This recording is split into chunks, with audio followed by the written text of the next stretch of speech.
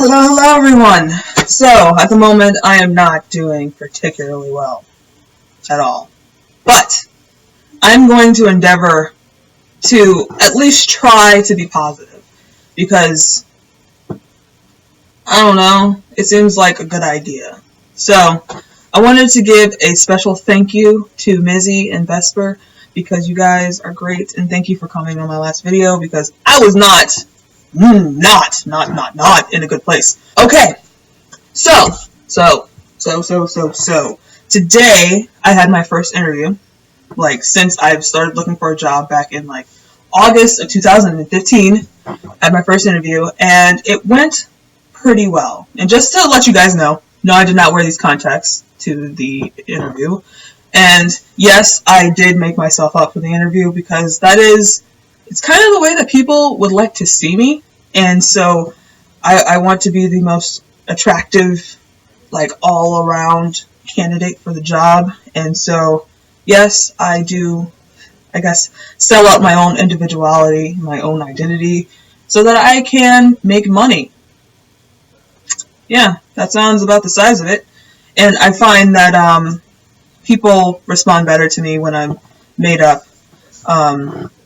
I don't wear a whole lot of makeup. I mean, as you've seen, I don't do foundation and all that stuff.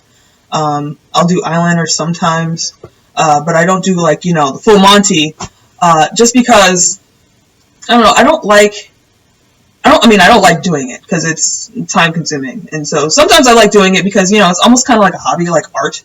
It's an artistic way of expressing yourself. But I don't like doing it as, this is the way I present myself every day because fuck.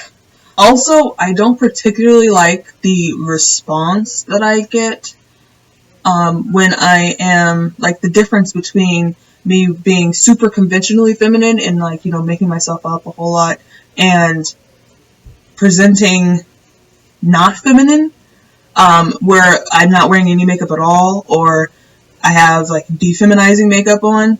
Almost like I cease to be an attractive individual once I've taken off the femme makeup. So it's like when I post a picture and I'm super really made up and I'm pretty, and people are like, oh man, well you really clean up really, really well. And I'm like, ugh, I was cleaned up for those other pictures where I wasn't really feminine. What? Really? Okay, cool. Alright. So yeah, I had my first interview in months, and it went relatively well.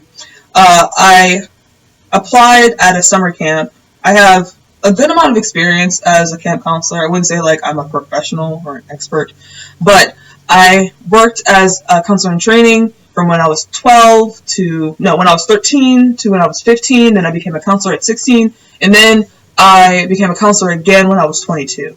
And so I have a fair amount of experience working with kids across all walks of life. I've had kids that were autistic, kids with Tourette's, kids from really high-income families, kids from really low-income families, and I find that the low-income families, their kids they just have so much more character. Not to disparage, rich kids, but poor kids are cool. We're cool. Just gotta say. So I applied at this summer camp, and I had the interview, and it went really well, but there's always a but. There's always a fucking but. But they are concerned, rightfully so, that I am looking for full-time employment. Because, the nature of summer camps, everything's always changing from, the customer end. People are putting their kids in camp and they're like, oh, my kid has this thing that he has to do, he's not going to be coming to camp this week.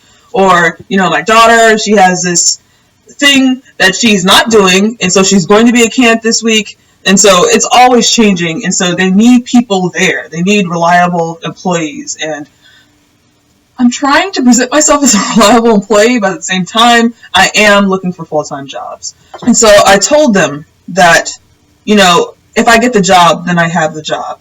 And if I have any other employers trying to hire me, which is not going to happen. Let's be honest. That's just not going to happen. I already know.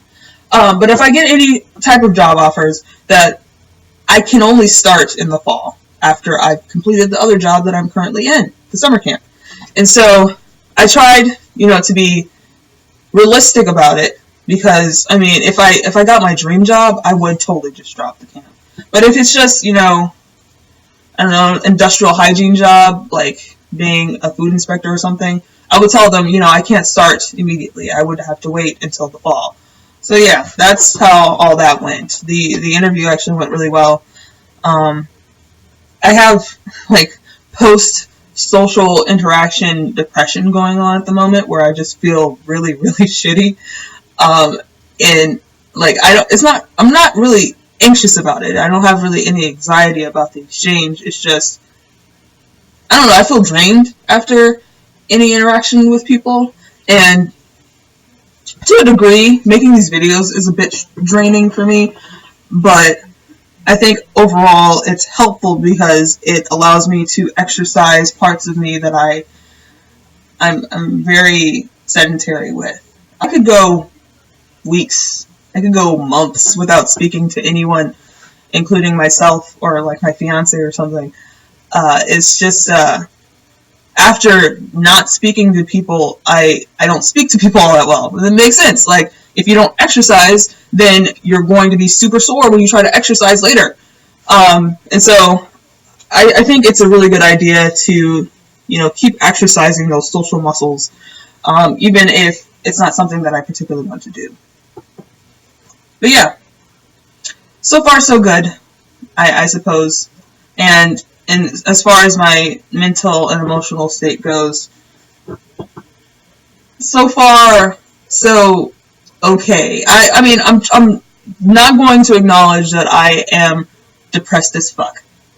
Not in any serious way. I am going to try to be optimistic, especially about looking for a job and about weight loss and all that stuff and my self-image and all that bullshit. But it is difficult. It is very difficult. And so I appreciate any support that all you guys offer. And I appreciate the support from people of my family and my fiance and all that stuff. It's difficult. And so I'm going to keep chugging. You guys keep chugging. Thin out. Gross. These videos always suck. I need to figure out a better format for making these videos. Ooh.